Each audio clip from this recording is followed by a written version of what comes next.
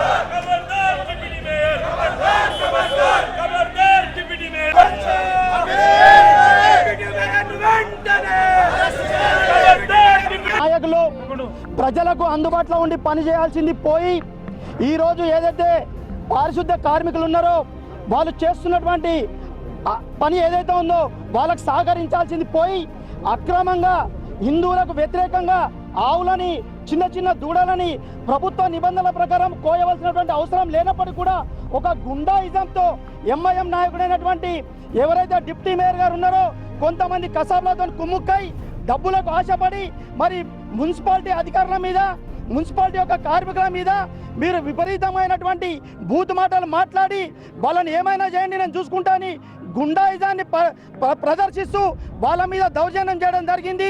దానికి తీవ్రంగా బీజేపీ జిల్లా పార్టీ తరఫున తీవ్రంగా ఖండిస్తూ ఉన్నాం. ఇటువంటి చర్యలకి భయపడేది లేదు.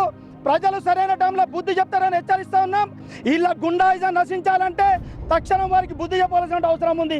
గతంలో కూడా ఒక కార్పొరేటర్ ఒక అధికారి మీద చర్య తీసుకుంటే అతన్ని ప్రభుత్వ పరంగా సస్పెండ్ చేసి నిజామాబాద్ కౌన్సిలర్గా డిస్మిస్ చేసినటువంటి పరిస్థితి గతంలో జరిగింది భారత్ రాణి పీరియడ్లో. ఈ రోజు కూడా మరి అధికారుల మీద గుండాయిజం చెలాయించినటువంటి డిప్యూటీ మేయర్ అలా అహంకార బుద్ధికి తగిన బుద్ధి చెప్పవలసినటువంటి పరిస్థితి ఈ రోజు ప్రభుత్వం తీసుకోవాలని చెప్పేసి కూడా డిమాండ్ చేస్తూ ఉన్నాం.